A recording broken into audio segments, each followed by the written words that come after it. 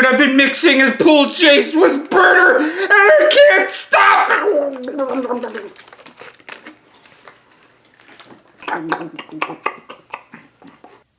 What? Bro, you've gotta stop calling me every time you do a Jeice video. What's up everybody, StevDeS here, and welcome to another edition of Dragon Ball Days. Today, let's go ahead and answer the question that's been on a lot of people's minds. What the heck is the Chikyu Force gonna do? It's time we looked at the red guy's story and all of this. Him and his big blue best friend really have been helping out as far as the canon of Dragon Ball. But they're not exactly Saiyans. Can they keep up? Let's start with a recap. Jeice was inevitably killed by Frieza because the kindness of Gohan started touching at him. At least he was able to stop Vegeta from getting immortality, but again, he was killed. But because Frieza killed him, the Dragon Balls happened, meaning our favorite member of the Ginyu Force stays alive. Of course, Goku not coming back to the planet means that Jeice kinda took over the wish, and made sure that his friend Burter, the only member of the Ginyu Force he could really trust, was there.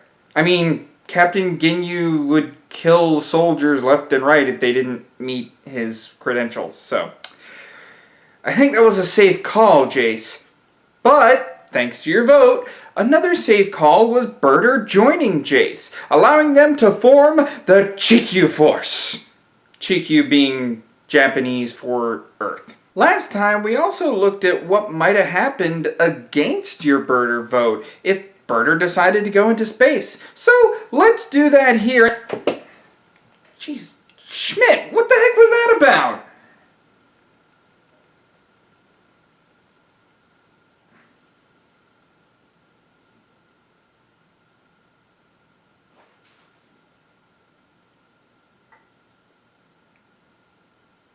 Well, okay, calm down.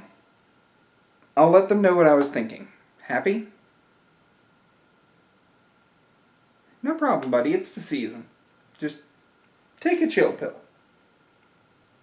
I got this. So, what I was thinking would have happened if you all decided that they would go against helping Vegeta. They would train more with Goku, trying to get at the level of Super Saiyan that Goku's grade 1 was. Yeah, it would be long and grueling, and they would abuse gravity training as much as possible, but it would be... I don't see anything that would make them on par with Goku's Super Saiyan Grade 1. It seems exclusive to the Saiyan race, but I do believe that they would keep trying and keep trying because they know how important Earth is to them now. They want to be able to do something when the androids show up. However, since 85% of you did in fact vote that they would help Vegeta for the sake of the Earth attain Super Saiyan, that's the route we're going. In What If Jeice Turned Good? Jeice and Burter would think back to when they were part of the Ginyu Force as far as preparations are concerned and knowing their enemy. They know Vegeta extremely well, and so their preparations would be pushing themselves to the utmost maximum that they can offer, each of them getting very close to the 2 million mark as far as power levels. Power levels don't really mean anything after Super Saiyan is the main power indicator, so we're going to say that from now on, it's just about the story. 2 million is the last power level that we can read from these two. After taking a couple of days to achieve this, they go after Goku and the Son family and decide to do some sparring.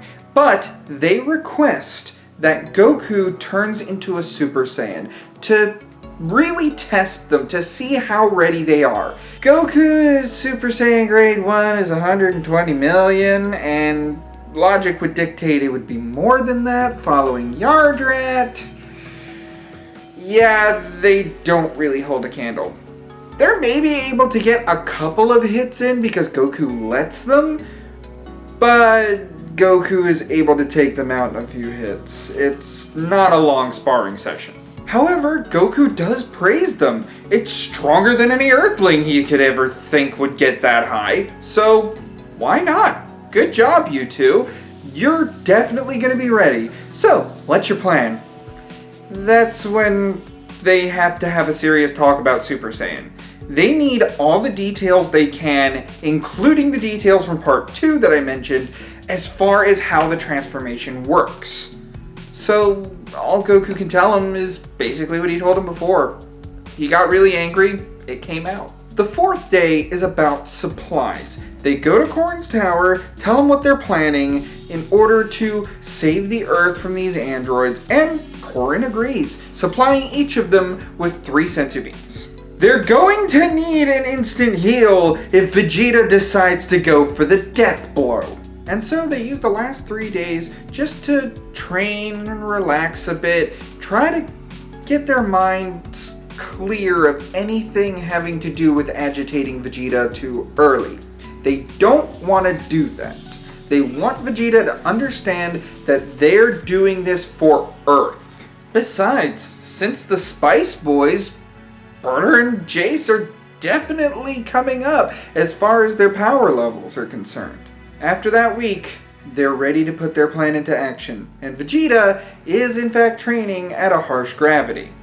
They interrupt that session. Knowing that they've already trained at such a harsh gravity, it's not exactly an issue for them. They just walk in casually. Well, if it isn't the security clowns, to what do I owe the pleasure of seeing your faces around here? Shut it, Vegeta. We're here to offer a truce. Bet is right. We're not here to argue. We're here for business. And what, pray tell, am I agreeing to? Why, becoming the next Super Saiyan, of course. I'm listening. If we help you get Super Saiyan under your belt, you need to promise to defend this planet when the androids arrive. This isn't about conquest, Vegeta. We actually like this planet. And we're not going back to the ways that Lord Frieza had. So are you in or not? Very well. I accept your terms. Now what's your plan? I'm sure you've had plenty of time to think this over. Vegeta, Jeice, and Burter all train under 500 times Earth's normal gravity. They do have a few senzu beans, and they're willing to give up at least one each to be sure that Vegeta's Zenkai kicks in. Instead of the 50 times that Vegeta kind of started at, we're going to be pushing the envelope to 200 times. Given the case that Burter and Jeice are used to this gravity, they're able to taunt Vegeta, try to bring out more rage in him, try to make sure that he can get to that point where he's almost got it. They're taunting him, they're beating the hell out of him, and they're putting him through the most rigorous training he could possibly have. And a short 2 months later, and with the training partners in Jeice and Burter, Vegeta's able to get a lot of gains here. Much like future Trunks did when he was training with future Gohan, how he's so close and his hair flashes, that's where Vegeta gets to. And he's so close, they're almost there in 2 short months. They have to do better than this. So after a day of training, Burter and Jeice go back to the apartment and brainstorm. This is where Burter and Jeice come up with an idea. They know a certain someone that can piss off Vegeta beyond all recognition, beyond anything he's ever been through. Goku. And so, they arrive at Chi-Chi's at night, just to talk to Goku privately. When Goku comes out, he is a bit concerned because he kind of senses that they're on edge even suggesting this. Burter and Jeice are invited in, and they share a drink and maybe some snacks that Chi-Chi had was made for them, it's pretty lighthearted at first. And that's where Jeice and Burter drop the ball on Goku's head. They need him to absolutely go wild on Vegeta. Push him to the very brink, because by the time Goku turned Super Saiyan, as far as what they know, he was on his last leg. Goku agrees to this because he does want to see Vegeta as a Super Saiyan. They're rivals. He wants a more powerful rival. And so Burter and Jeice, along with Goku's instant transmission, take the battle off planet. They don't want to do damage to Earth before the androids show up. They're able to find a pretty desolate planet with about 5 times Earth's gravity and a little bit of excitement on it. But Vegeta's confused as to what they have planned. He doesn't understand why they're here. This rock has nothing. They leave the ship and Vegeta stops walking behind them in the middle of a wasteland. Alright, you two, I'm done following you. You're gonna tell me exactly why we're on this planet. Relax, Vegeta. You'll understand soon enough. You're going to be put through the most grueling training you've ever been put through before. That's right. Because here's where you're going to fight him. Right then, as if timed perfectly, Goku appears between Jeice and Burter, staring Vegeta down. What? Kakarot? What are you doing? Why are you here? Goku says nothing. He just stares daggers at Vegeta.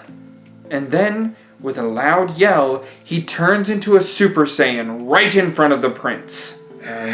Answer me, damn you! Are you here taunting me? Goku again stays silent. He's just staring down Vegeta as Vegeta just keeps getting more and more angry. Just not caring. Showing him a colder side of the kind-hearted Saiyan. Damn you, Kakarot! You will answer me!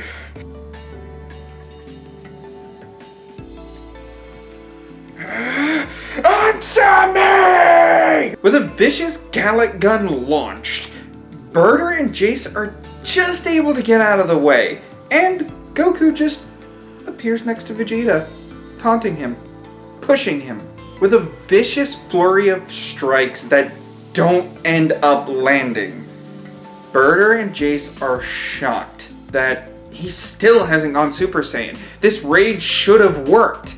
However, given that Goku's the expert here, they're just sitting back and watching as the prince just keeps going and keeps going and keeps going to absolutely no avail. Goku even stopped moving, doing what he did to Burter and Jeice back on Namek. Eventually, Vegeta's energy starts faltering, and that's when Goku starts fighting back, beginning with blocking a punch and giving him a good backhand fist against the head, knocking him into a rock wall. I attained this form because I knew that others depended on me. I am the hope of the universe. I'm the one who had to fight Frieza, while you just let your anger get the best of you. Vegeta lets out a flurry of blasts in rage. He's almost there. Goku can sense it, but he's just playing the power card, trying to break the prince of this pride of his. Pretty much the same result happens with Super Vegeta and Perfect Cell. Goku's just walking through the blasts, getting closer, and then grabbing Vegeta, tossing him again. You're not gonna get anywhere just by letting your anger choose everything. Use the power that comes with it! Damn you, Kakarot! I don't need your help! That's when Goku just lets him charge up. Lets him charge up the biggest blast he possibly can. This is the birth of the prince's first final flash. And Goku tanks it. Vegeta's still not a Super Saiyan. However, this is what breaks Vegeta's pride. That was the strongest blast he could muster, and Kakarot is still standing, as if nothing happened. You have to let it go, Vegeta. You're not gonna be able to do it here. Just let it all go. Vegeta doesn't know what to do. he starts feeling fear, but not the same fear as what Frieza made him feel. Not the same pride-breaking fear, just fear that he'll never own up to it. He'll never be able to do it. He'll forever be in the shadow of this low-class warrior who achieved this form. And then it clicks. And suddenly, he's not afraid. In fact, he doesn't care about Kakarot. He doesn't care about Jeice. He doesn't care about Burter. He doesn't even care about becoming a Super Saiyan.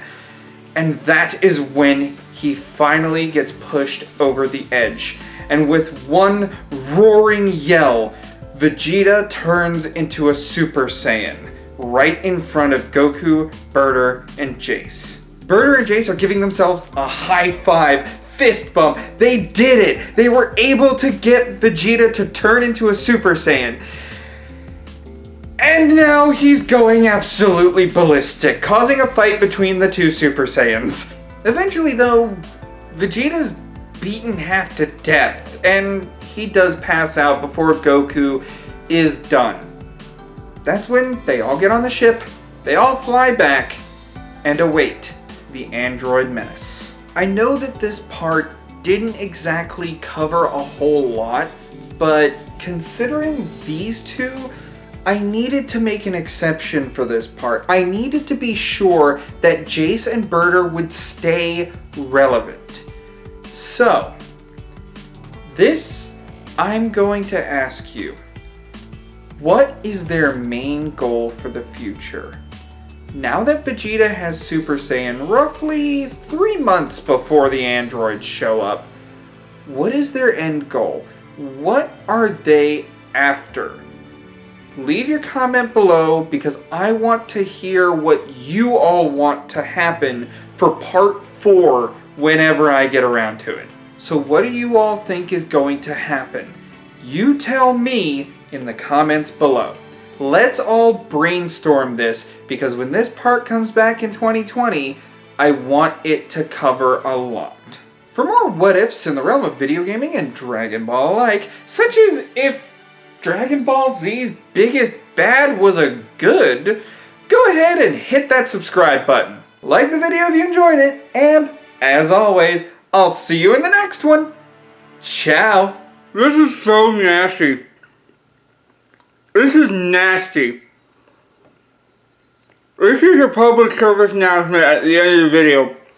Do not bite into a stick of butter. This is horrible.